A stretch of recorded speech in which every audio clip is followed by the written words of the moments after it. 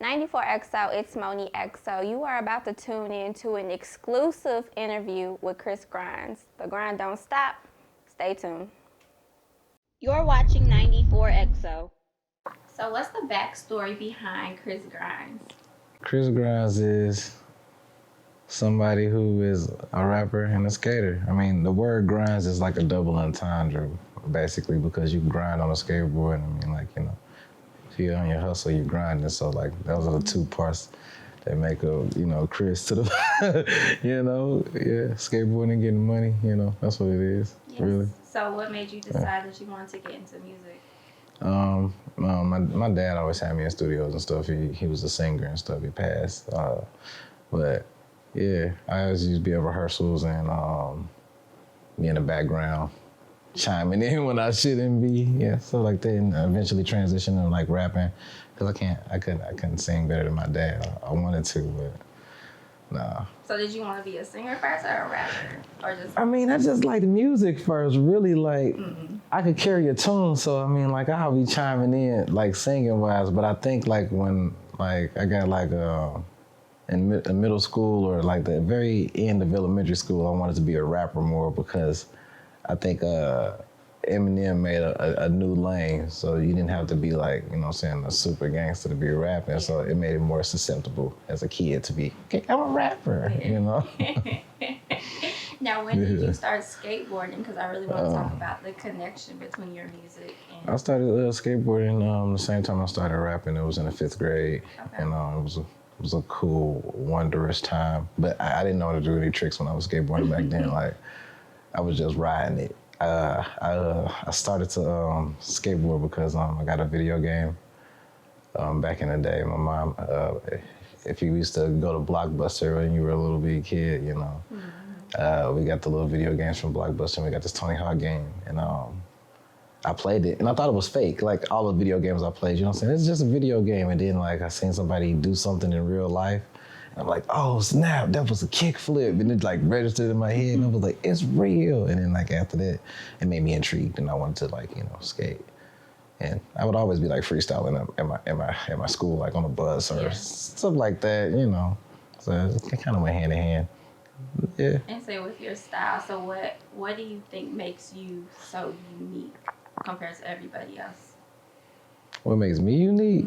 Well, number one, I ain't capping in my rapping. I ain't, you know, I mean, I'm giving you room to grow with me as an artist, but what makes me unique is I'm the actual original, about the only person that's really rapping and skating. Like everybody done tried to like use skating, like Supreme, for instance. Like Supreme is a skateboard company.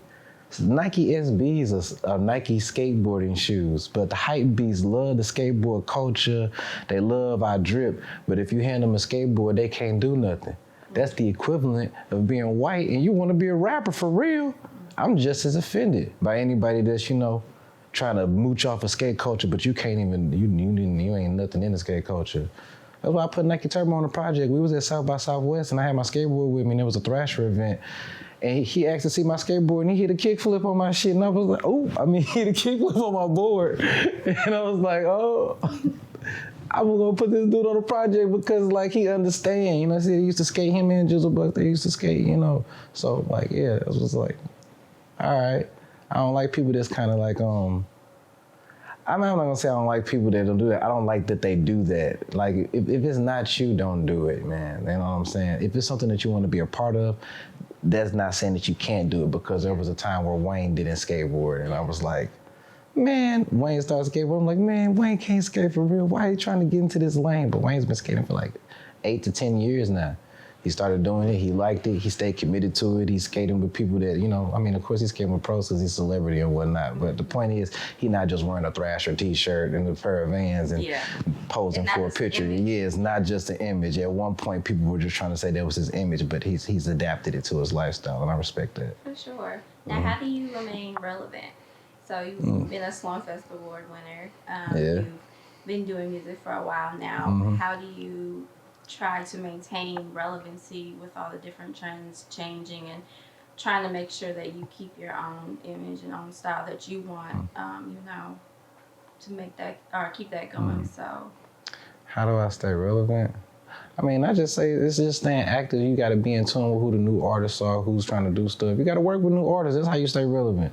Like at one point there was the scene with you, and then there's a few years that go by and people that were once on the scene with you may no longer be on the scene at all. They may not even be in the music or something like that, which means there's a new roster of artists that are doing it. It's kind of like school, you know what I'm saying? It's like, I don't know, like once you have got to the point to where, you know, you're kind of known, it's like you got a bit of a brand, you don't have to fight so much to be like, oh, look at me, look at me. No, you got to kind of embrace like the newer artists. Like a good friend of mine, AZ, she somebody I embraced, she hit me up for a feature and she became a new artist now. She was nominated for like best new artist or whatnot.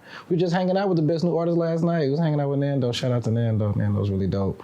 But yeah, I mean, like, you got to stay in the mix. Like, if you want to stay relevant, the thing that you don't do is say, I'm this person, I'm untouchable, I'm unreachable, nobody can talk to me. Okay, 3 years, 5 years go by, and now you're out of the loop. You don't even know where to begin because dang, the game has changed. That's literally what happens. So yeah, you gotta, you know, rub shoulders with somebody, you know. Yeah, you gotta be like, hey, I see what you're doing there. I like that. But it's the same mentality at the skate park. If you're at the skate park and you're a skater, and you see somebody do a trick, that was hard. We're athletes. Pretty good. That was nice. In the music industry, that doesn't happen. Usually it's, dang, that was hard. Yeah. Now I'm afraid that he might knock me out of my spot. I remember seeing that Michael Jackson was stressing about Prince dropping, you know, because people are fighting for this, whatever is in their head, this number one spot. It used to exist. It does not exist anymore. We're in the information age, so it's cool. Everybody has a chance to be streamed. Everybody has a chance to go gold. So many people going gold and platinum and stuff now. It's like, there's no scarcity. There's abundance. Anybody can be listening to music at any time. So, like, I'm excited. I said, speaking of music, yeah, you got new music coming out now. Oh, yeah. Release your album. So, can you talk about how production was with that? And all right, I'll give you my biggest music credit first. Okay, so the biggest music credit, I had to put this song on a project. It was it's Duck Club. It's track number 9. It's really a bonus track. The project is really over after I've Been On with Shauna B. After track 8, the project is done. But Duck Club is produced by Steve Blass, and his biggest credit is Batter Up for Nelly. So I was in this studio looking at the plaques like, oh man, I gotta go platinum, man. I gotta, you know what I'm saying? Like, man, y'all sold 10 million records on this. Dang. And it also made me feel like this has to go on a project because this is like St. Louis history, you know? I mean, the arch in the background of the project. And that may seem somewhat cliche, but ain't nobody did on a skateboard, so take that. You know what I'm saying? That's how I feel about it. Right. You know what I'm saying? Jump on a skateboard, let's see if you can survive or not. But Steve Blass, he made that, him and Ali Newman. Ali Newman is credited for, he also made Catch a Vibe and he made Backstage. So, and Ray Carter also helped make the beat Duck Club. So, okay. Ali Newman, Steve Blass, Ray Carter for Duck Club. Ali Newman also for Catch a Vibe and Backstage. And I give you a little background history with him. He may be mad at me right now, you know what I'm saying? We have a project together, so we're making money, it don't matter. But he grew up with my dad, you know what I'm saying? So he's a producer that has a lot of like R&B tones, you know what I'm saying? He grew up in that era, so that's how I kind of got that sound for like Backstage, and that's how I kind of got that sound for Catch a Vibe and stuff like that. And I kind of like paid a little bit of homage to my dad by actually doing like, you know, more melodic kinds of things with him on those songs because, you know, that's what he wants. I mean, if it was up to him, he'd have me be singing only, trying to be like a junior version of my dad, and that's not something. How do you think you would have felt about that, though? What? Being a singer. A singer? Would you go opposed to it? I'm not opposed to it. I'm up for whatever my audience is up for, you know what I'm saying? Like, if y'all, like, I'm a freestyler, so if you give me the mood to make some stuff, you know what I'm saying, I like it, I'm like, hey, you know what I'm saying?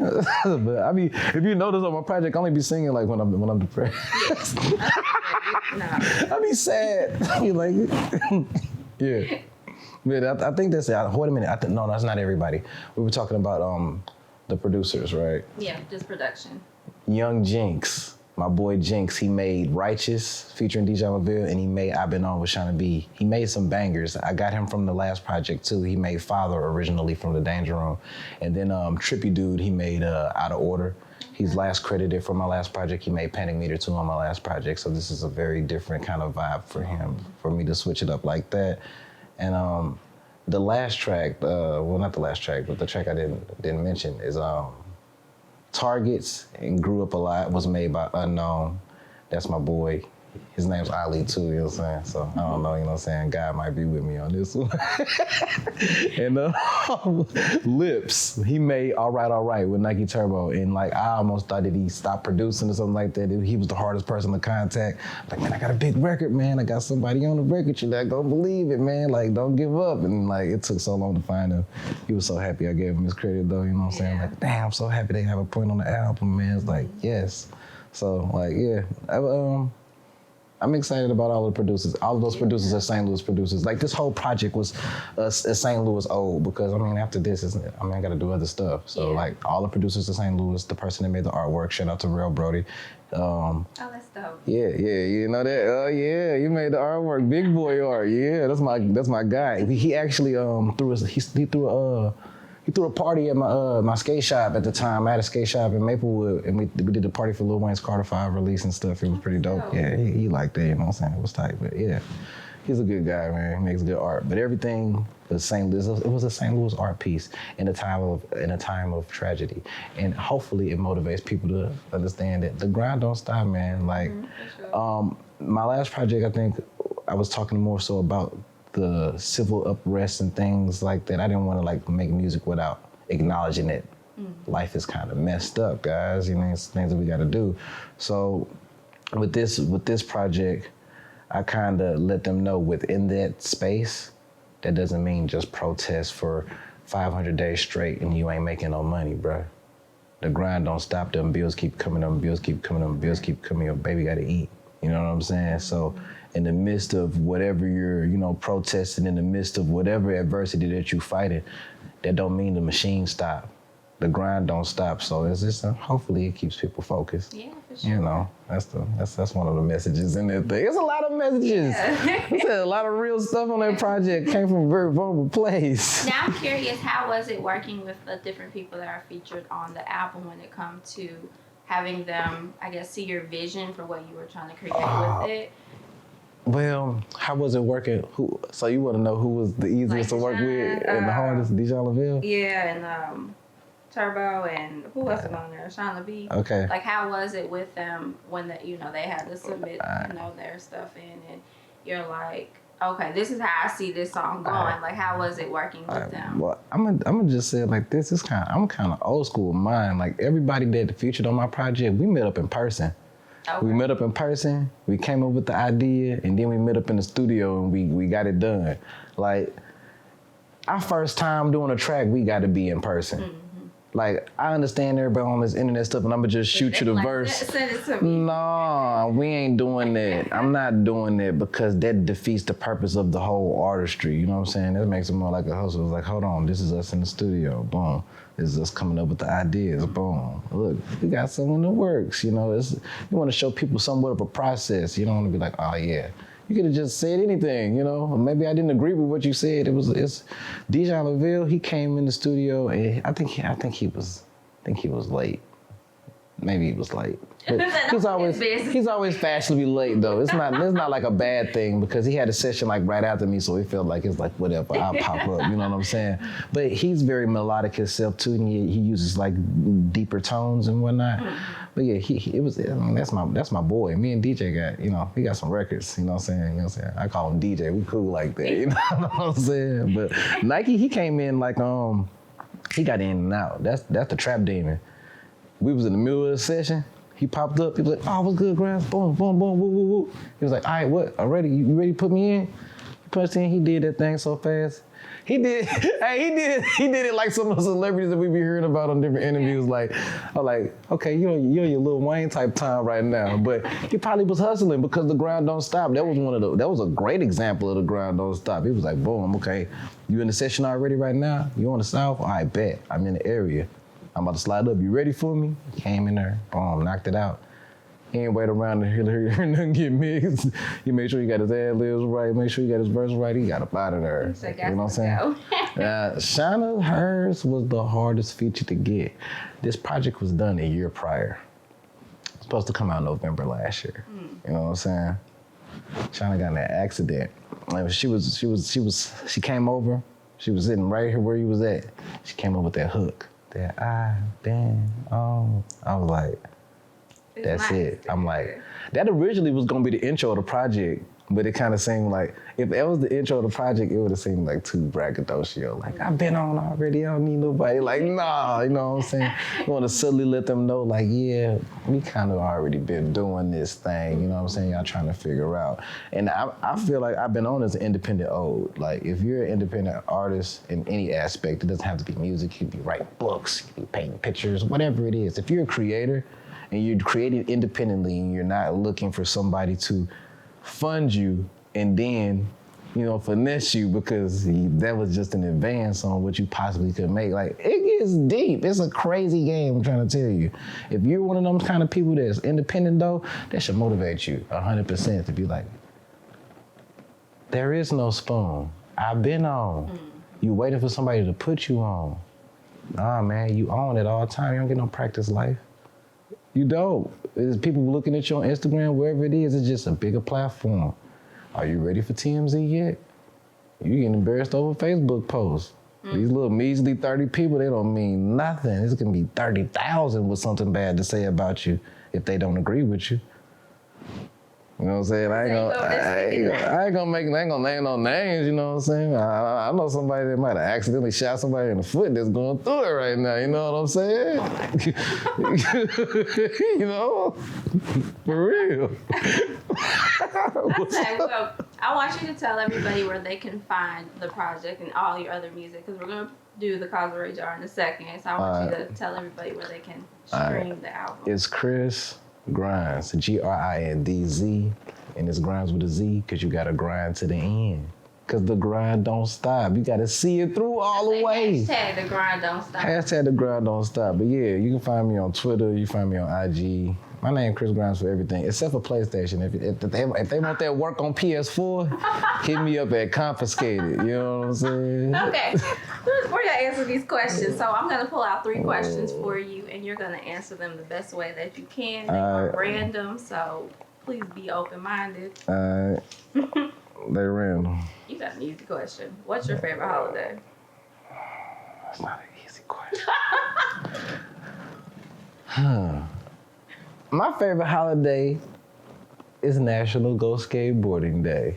What day is that? That's the first day of summer, June 21st, on the equinox, because it's nothing but smooth sailing until it gets cold after that. Yes, it's a national holiday, and skateboarding is going to the Olympics for the first time in history next year. Okay. Yeah, they gotta respect us. I know that's right. The second question is, what are the unwritten rules of where you work? The unwritten rules of where I work? Yes. You don't have to it's kind of like where you work. It's kind of like what I mean. I do music publishing for other artists. You know what I'm saying? You can tell us where you work. One of my most high-end profile clients. You know what I'm saying? It's like Fight Club. I can't talk about it. Like for real. I can't talk about it. Yeah, I know unwritten rules like. That's the unwritten rule. You can't talk about it. Oh, another unwritten rule. I'll give it to you. Skate at your own risk, because it's a skate park in the backyard. It's called the Cooler B&B. It's a great place. It just won best skate park in the Riverfront Times this year. Yeah. I say yeah, and I just seen you post about it. Yeah. You got a feature on that song. What was that song? It's called Grind It Out. This single just came out. But yeah, though, that's one of the places I work. I do music publishing. I pull up on different people who work on their songs and stuff, do all the paperwork right. ASCAS being the works, you know what I'm saying? He's just my most high-end profile client. And he has a skate park in his backyard, so I'm always there. It's a studio there too. Sean B recorded her verse there. It was dope. And the last question is, what is the weirdest thing you have seen in someone else's home?